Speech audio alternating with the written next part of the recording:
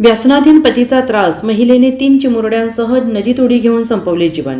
व्यसनाधीन पतीचा त्रास आणि कौटुंबिक वादातून विवाहितेने आपल्या 3 मुलींसह कृष्णा नदीत उडी घेऊन आत्महत्या केल्याची घटना रायबक तालुक्यातील चिंचली येथे घडलेली आहे. बुधवारी ही घटना उघडकीस आली.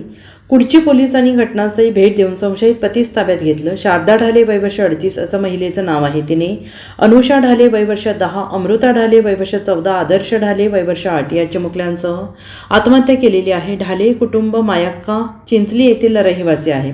पोलिसांनी दिलेली माहिती अशी की चिंचली येथील रहिवासी असलेल्या अशोक ढाले आणि शारदा ढाले यांचा विवाह 18 वर्षांपूर्वी झालेला होता आणि अशोक हा रोज दारूच्या नशेत पत्नीला मारहाण करून कौटुंबिक आणि मानसिक त्रास देत होता. अशोक ढाले याच्या त्रासाला पत्नी कंटाळली होती, त्यामुळे तिने 3 मुलांसह आत्महत्या केल्याचं प्राथमिक तपासात निदर्शनास आलेलं आहे. आत्महत्या केल्याची घटना घडल्यानंतर कुडची पोलिसांनी घटनास्थळी भेट देऊन तपास केलेला आहे. आत्महत्येस कारणीभूत ठरल्याप्रकरणी अशोक ढाले वय वर्ष 45 याला पोलिसांनी अटक केली. दरम्यान चौघांचे मृतदेह नदीच्या पात्राबाहेर काढल्यानंतर शवविच्छेदन प्राथमिक आरोग्य केंद्रात करण्यात आलं.